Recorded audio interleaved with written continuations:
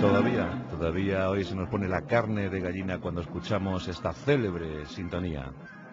¡Qué maravilla! El hombre y la tierra. Creo que el compositor fue Antón García Abril. Y bueno, fue la sensación, aquellos años maravillosos protagonizados por Félix Rodríguez de la Fuente, el mejor divulgador que ha tenido la naturaleza de este país. Todo un prodigio en sí mismo, una vida excitante entregada por entero a la defensa, a la conservación del hábitat del mundo natural. Félix Rodríguez de la Fuente sin duda fue el más grande.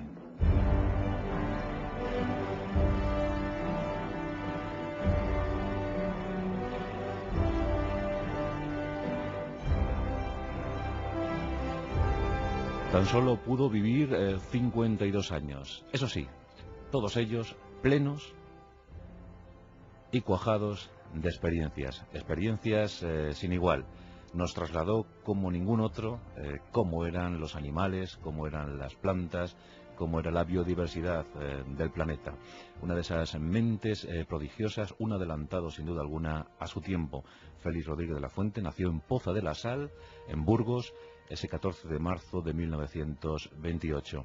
Un niño que estuvo en contacto directo con la naturaleza desde muy pequeño, desde casi recién nacido. Ahí estuvo Félix, su padre era notario, trabajaba en un polo cercano, en una localidad cercana, en Oña, pero era un hombre convencido sobre la no escolaridad de los niños hasta muy avanzada edad. La verdad es que el padre de Félix Rodríguez de la Fuente no quiso que su hijo recibiera educación, por lo menos en los primeros años. Y esto permitió a Félix corretear, mezclarse, fundirse con los paisajes burgaleses. Un enamorado de la naturaleza desde muy pequeñito. En esos primeros años aprendió a amar, a conocer la naturaleza. Y hasta los 10 años no fue escolarizado. Casi parece un personaje extraído de las novelas de Miguel Delibes. Yo me lo imagino junto al Tiñoso, junto al búho, en esa novela inmortal, El Camino. Pues en esos paisajes castellanos, recios, fríos, pero auténticos, absolutamente auténticos, creció y se curtió Félix Rodríguez de la Fuente. Y aunque tardó en llegar a la escuela, rápidamente destacó por su brillantez, por su inteligencia, su lucidez. Y eso hizo que encaminara sus pasos hacia la medicina. Estudió la carrera de medicina en Valladolid, pero antes ocurrió algo en su vida, en su biografía, que iba a cambiarlo todo, que iba a dar un vuelco a los acontecimientos. Nos encontramos a principios de los años 40. Félix Rodríguez de la Fuente es un mozalbete de 12 o 14 años. En aquel tiempo se odiaba profundamente a eso que se llamaba alimañas. Los lugareños, los rurales, la verdad es que tenían una guerra tremenda, soterrada, contra el lobo. Y Félix, llevado por las impresiones de sus paisanos, también odió al lobo en origen. Y a principios de esos años 40 participó en una cacería. Iban a matar, como era costumbre, algunos lobos que merodeaban en la comarca. Félix iba a ayudar a sus mayores. No iba a hacer otra cosa de la que no supiera, de la que no estaban acostumbrados en cuanto a narraciones, en cuanto a miedos, temores, inquietudes.